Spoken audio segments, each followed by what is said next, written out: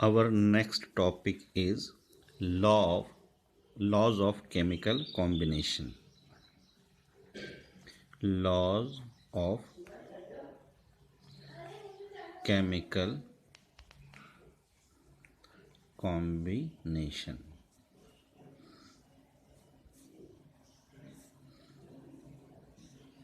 Next topic is laws of chemical combination.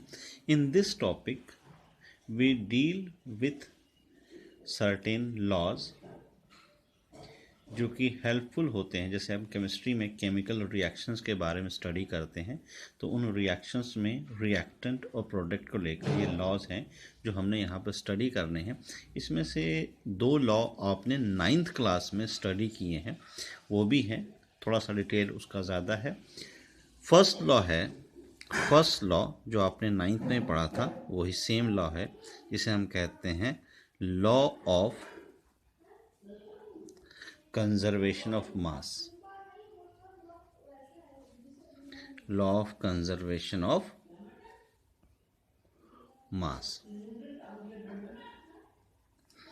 Law of conservation of mass, ये है first law. Simple law है.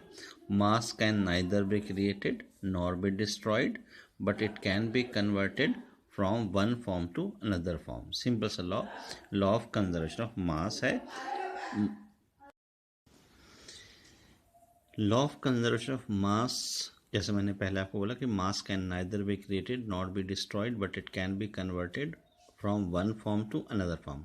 अब देखिए, जैसे आपके पास रिएक्टेंट्स हैं, मान लिए आपने रिएक्शन करवाई ए और बी, ये 2 रिएक्टेंट्स हैं, इनको आपस में रिएक्ट करवाया, इससे प्रोडक्ट फॉर्म हुआ C+D.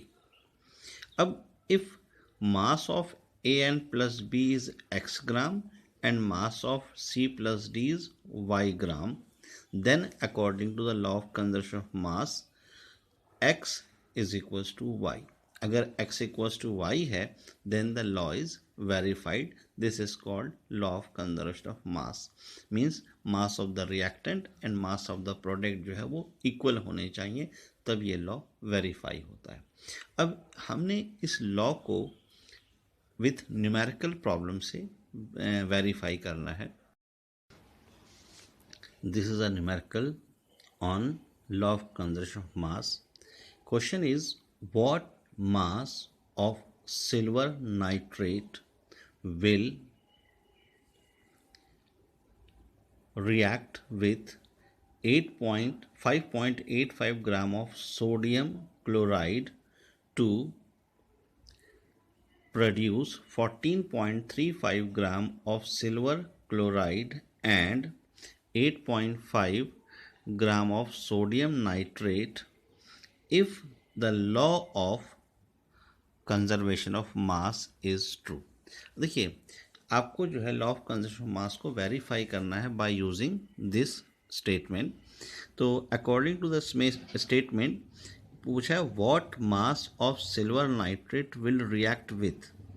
सिल्वर नाइट्रेट रिएक्शन जो आपकी है वो क्या है? Silver nitrate means AgNO3. Silver nitrate, what mass of silver nitrate will react with 5.85 gram of sodium chloride. Sodium chloride means NaCl. NaCl का मास आपको गिवन है 5.85 ग्राम, ये मास ऑफ NaCl है. और आपको मास निकालना है AgNO3 का. इसका हम सपोज कर लेते हैं हमें ये मास गिवन है X ग्राम. अच्छा, ये रिएक्शन होने पर आपको प्रोडक्ट क्या दे रहे हैं? आपको प्रोडक्ट दे रहे हैं silver chloride means AgCl, and साथ में प्रोड्यूस हो रहा है सिल्वर क्लोराइड के साथ सोडियम नाइट्रेट मीन्स NaNO3. और इन दोनों के मास गिवन है. सिल्वर क्लोराइड का मास है 14.35 एंड सोडियम नाइट्रेट का मास गिवन है आपको 8.5. ये आपको मासेस गिवन है. अब देखिए, क्योंकि लॉ वेरीफाइड है तो mass of the reactant is equal to mass of the product होगा. तो mass of reactant is X plus 5.85 and mass of product is equals to 14.35 plus 8.5। क्योंकि लॉ वेरीफाइड है, therefore mass of reactant is equals to mass of product है, तो ये हो जाएगा x plus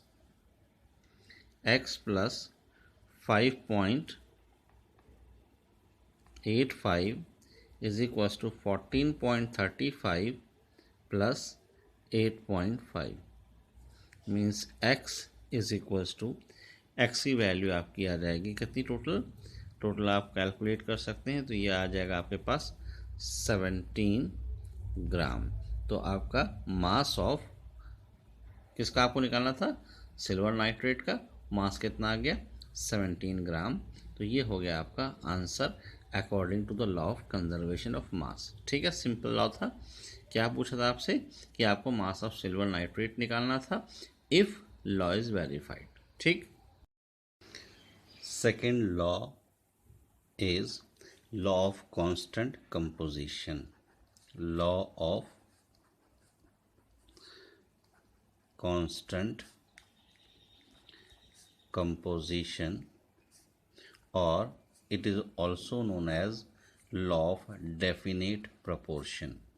देखिए, जैसे इसका नाम है लॉ ऑफ कांस्टेंट कंपोजिशन और लॉ ऑफ डेफिनेट प्रोपोर्शन, तो इस लॉ के नाम में ही समझ आता है कि जो कंपोजिशन है किसी भी चीज़ की वो कांस्टेंट होगी।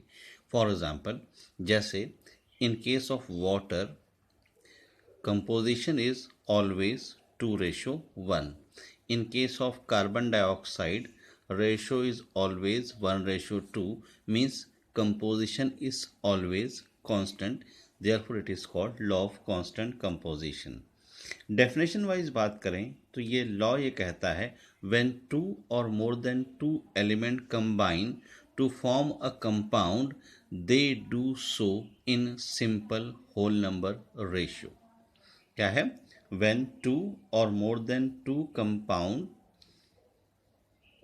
combine to form a compound, they do so in simple whole number ratio। जैसे मैंने कहा कि लॉ के हिसाब से पता लग रहा है कि जैसे वाटर में H2O है 2:1, carbon dioxide CO2 1:2, means they are always constant in their composition. अब ये तो हो गई बात लॉ की, इसको हमने वेरीफाई करना है with the help of numerical.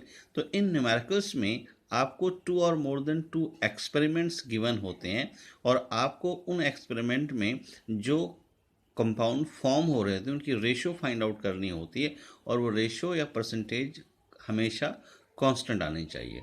For example, numerical on law of definite proportion is 2.16 gram of copper metal when treated with nitric acid followed by ignition of nitrate gives 0.70 gram of copper oxide. In another experiment, 1.15 gram of copper oxide upon reduction with hydrogen gives 0.92 gram of copper. Show that the above data illustrate the law of definite proportion। तो इस numerical में दो experiment given है, experiment number 1 and experiment number 2।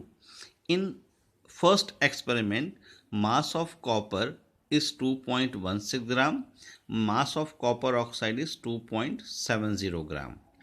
In second experiment mass of copper oxide is 1.15 gram and mass of copper is 0.92 gram।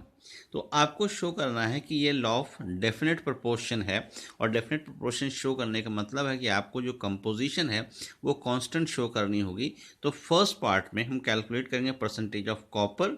इसके लिए क्या किया, जो मास ऑफ कॉपर है divided by total mass of copper oxide और compound into 100 and it's come out to be 80%। अब total क्योंकि 100 होता है तो अगर कॉपर 80% है तो रिमेनिंग परसेंटेज ऑफ ऑक्सीजन कितनी हो जाएगी, 20%।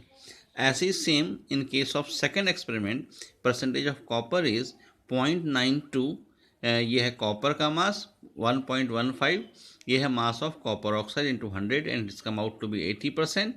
बाकी बच गया ऑक्सीजन 20%। अब देखिए दोनों में ही अगर फर्स्ट एक्सपेरिमेंट की बात करें तो कॉपर 80 ऑक्सीजन 20, सेकेंड में कॉपर 80 ऑक्सीजन 20, क्योंकि दोनों में कांस्टेंट कंपोजिशन आ रही है, means it shows law of definite proportion. ये आप कह सकते हैं कि लॉ ऑफ डेफिनेट प्रोपोर्शन जो है ये वेरीफाइड